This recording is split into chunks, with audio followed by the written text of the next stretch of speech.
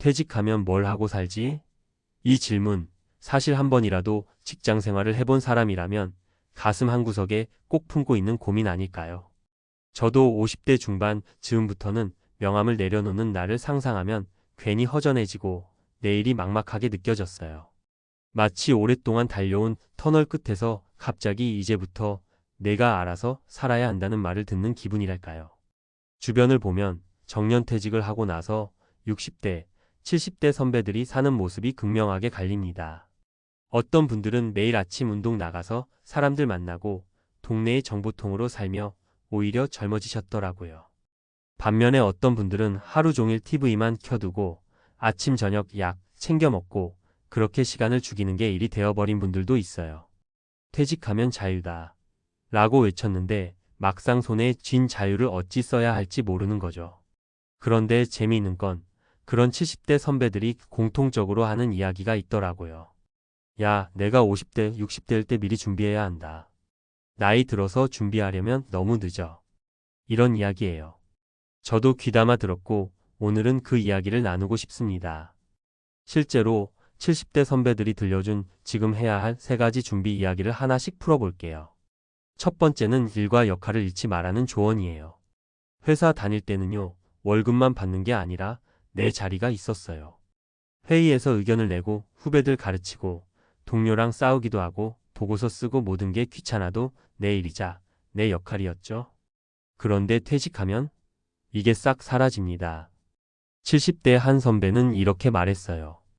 퇴직하고 1년 놀아보니까 정신이 황폐해지더라. 누가 나를 필요로 하는 곳이 없더라고. 이 선배는 결국 동네 경로당 총무를 맡으셨어요. 누가 시킨 것도 아닌데 본인이 자원한 거예요. 회의도 주재하고 돈 관리도 하고 행사도 준비하고 얼마나 바쁜지 몰라. 그렇게 바쁘게 살면서 살맛이 다시 났다고 해요. 중요한 건 돈을 버는 일이 아니라 내가 할 일을 찾는 것이래요. 이건 정말 공감됐어요. 우리도 지금부터 퇴직하면 뭘 할까? 생각할 때 돈 되는 일뿐 아니라 내가 기여할 수 있는 일, 나를 필요로 하는 자리를 상상해 봐야 해요. 두 번째는 관계의 지도를 새로 그려라는 이야기입니다. 회사 생활에서 인간관계가 피곤하다고요? 맞아요. 상사 눈치 보고 부하 직원 챙기고 거래처 비위 맞추고. 근데 은퇴하면 그 피곤함이 사라지는 대신 갑자기 관계에 공백이 찾아옵니다. 70대 한 분이 이런 말을 하셨어요. 퇴직하고 나니까 전화 오는 사람이 없더라. 내 전화를 기다리는 사람도 없고. 이분은 처음엔 외로워서 술로 달랬대요. 근데 몸이 망가지니까 술도 못하고 그때서야 깨달았답니다. 관계가 사라지면 내가 사라지는 거구나. 그래서 다시 동네 탁구 모임, 성당 봉사팀, 도서관, 독서클럽 이런데 문을 두드렸대요. 처음에는 써먹하고 부끄럽지만 이게 살 길이라고 생각하고 매달렸대요. 이 선배가 강조한 건 관계의 지도를 은퇴 전에 새로 그려야 한다는 거예요. 가족만 바라보다가 부부끼리도 지겨워지고 자식이 멀리 살면 너무 외로워집니다. 퇴직 전부터 내 주변에 취미 모임, 봉사 모임, 운동 친구들을 만들어 두라는 거예요. 퇴직하고 만들면 늦어. 나이 들면 마음이 굳어져서 낯선 사람하고 친해지기 어려워. 라는 말이 정말 가슴에 박혔습니다. 세 번째는 몸이 자산이다 라는 현실적인 조언이에요. 퇴직하면 자유시간 많아져서 운동도 하고 건강도 관리할 거라고들 생각하죠. 현실은 딴판입니다. 게을러지면 하루 종일 누워있고 몸이 굳어가요. 그리고 몸이 아프면 아무것도 못해요. 70대 선배 한 분은 퇴직하고 첫 해에는 맨날 TV 보고 먹고 자고 하다가 허리 디스크가 터졌대요. 병원에서 수술까지 하고 재활하는데 2년을 날렸대요. 그분이 하는 말이 은퇴하고 제일 먼저 무너지기 쉬운 게 몸이다. 예요. 그래서 50대, 60대 때부터 매일 하는 운동 습관을 만들어야 한답니다. 헬스장 비싸면 공원에서라도 아파트 계단이라도 오르라고. 또 건강검진 꼬박꼬박 받고 혈압, 당뇨, 콜레스테롤 관리하라고. 돈도 중요하지만 몸이 망가지면 돈 쓸 때도 없어진다는 말이 너무 현실적이었어요. 이 3가지 일과 역할 유지하기, 관계의 지도, 다시 그리기, 몸을 자산으로 관리하기는 사실 너무 뻔해 보이지만 안 하면 은퇴 후 삶이 완전히 달라진다고 합니다. 제가 만난 70대 선배들 이야기를 듣고 나서 정말 생각이 바뀌었어요. 퇴직하면 뭐 하고 살지? 라는 질문을 이제는 이렇게 바꿔야겠다 싶더라고요. 퇴직하면 누굴 위해 살지? 퇴직하면 누구와 살지? 퇴직하면 어떤 몸으로 살지? 이렇게요. 지금 50대, 60대인 우리가 해야 할 건 거창한 게 아닙니다. 오늘부터라도 동네에 나가서 사람을 만나보고 하루 30분이라도 꾸준히 걸어보고 내가 봉사하거나 알바라도 좋으니 작은 역할을 맡아보는 겁니다. 마지막으로 선배 한 분이 해준 말이 생각납니다. 퇴직하면 내가 내 인생의 사장이다. 근데 준비 안 하면 망하는 회사의 사장 되는 거다. 결국 답은 우리 손에 달려 있습니다. 오늘 이 글이 조금이라도 도움이 됐다면 지금 해야 할 일 하나를 오늘 당장 시작해보세요.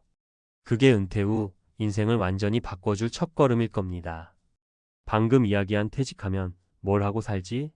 라는 큰 고민을 풀기 위해서 70대 선배들이 전해준 3가지 핵심 조언을 이번에는 좀 더 전문가적인 관점에서 그리고 실제로 여러분이 당장 활용할 수 있게 구체적으로 풀어볼게요.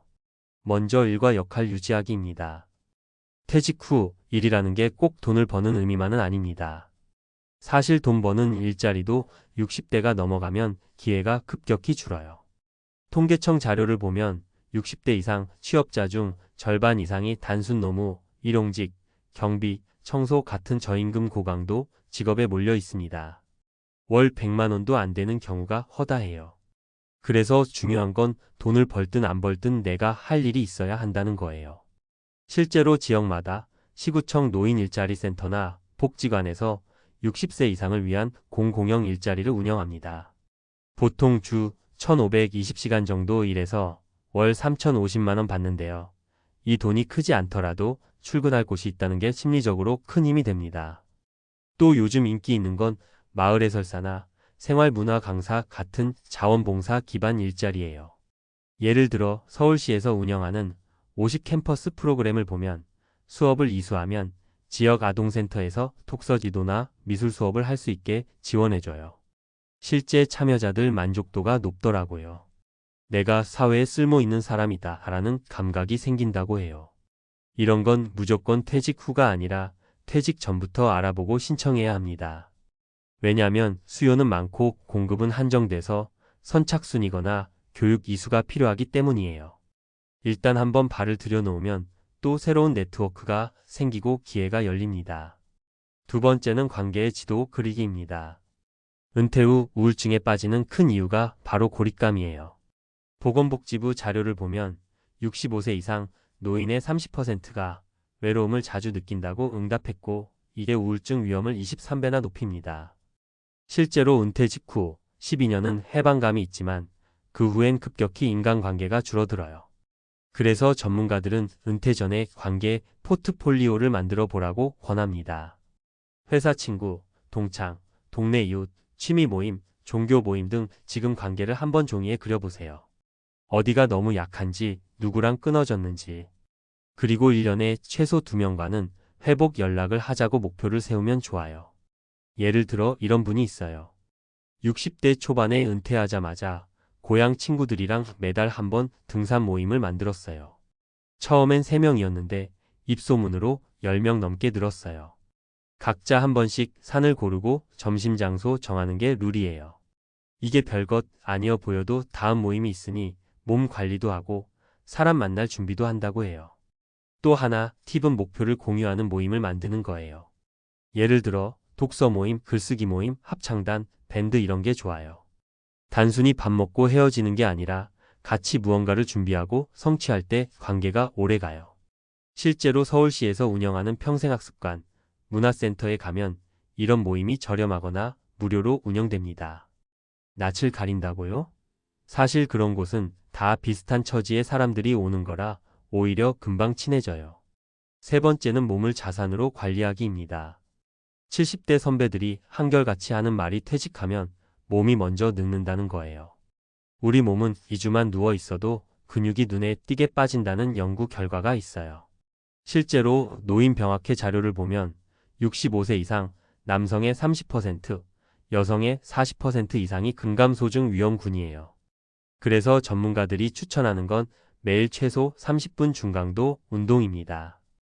헬스장 가서 무리하게 기구 운동할 필요 없어요. 빠르게 걷기, 가벼운 계단 오르기, 맨몸 스쿼트, 벽 짚고, 팔굽혀펴기 이런 것부터 하면 돼요. 특히 하체 근력은 낙상 사고를 막는 핵심입니다. 60대 이후 골절 사고는 사망률과 직결됩니다. 그리고 또 중요한 건 영양 관리예요. 70대 선배들이 종종 하는 실수가 밥맛 없으니 라면이나 빵으로 때운다예요. 나이 들수록 단백질 섭취가 부족해지는데 하루에 체중 1kg당 최소 일지의 단백질을 권장합니다. 몸무게 65kg면 최소 65g 정도. 달걀, 두부, 닭 가슴살, 생선, 저지방, 우유 이런 걸 몇 끼니 챙겨야 해요. 마지막으로 건강검진을 주기적으로 받는 것. 본인이 나 멀쩡하다며 안 받는 분들이 많은데 암이나 심혈관 질환은 조기 발견이 생명을 살립니다. 국가에서 무료로 해주는 암검진, 건강보험공단 검진을 놓치지 마세요. 정리하자면 퇴직 후 삶을 위해서 전문가들이 권하는 준비는 이렇습니다. 퇴직 전에 일자리 센터, 복지관 프로그램을 탐색하고 교육 이수하기. 관계 포트폴리오를 작성하고 회복 연락 목표를 세우기. 매일 30분 후 운동 습관과 단백질 중심의 식단 관리하기. 국가검진, 암검진 꼬박꼬박 받기. 아직 50대인데? 라고요? 바로 그 나이가 이걸 시작하기 딱 좋은 시기입니다. 준비할 시간도 여유도 체력도 있을 때 해야 합니다. 70대 선배들이 입을 모아 하는 말이 이겁니다. 늦기 전에 미리 시작해라.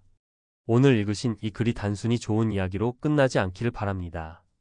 내일 아니, 오늘 저녁부터라도 내 다이어리에 관계 포트폴리오, 일거리 탐색, 운동 계획 한 줄이라도 적어보세요. 진짜로 은퇴 후에 나를 바꾸는 건 그런 작은 실천이거든요. 우리 모두 퇴직하면 뭘 하고 살지?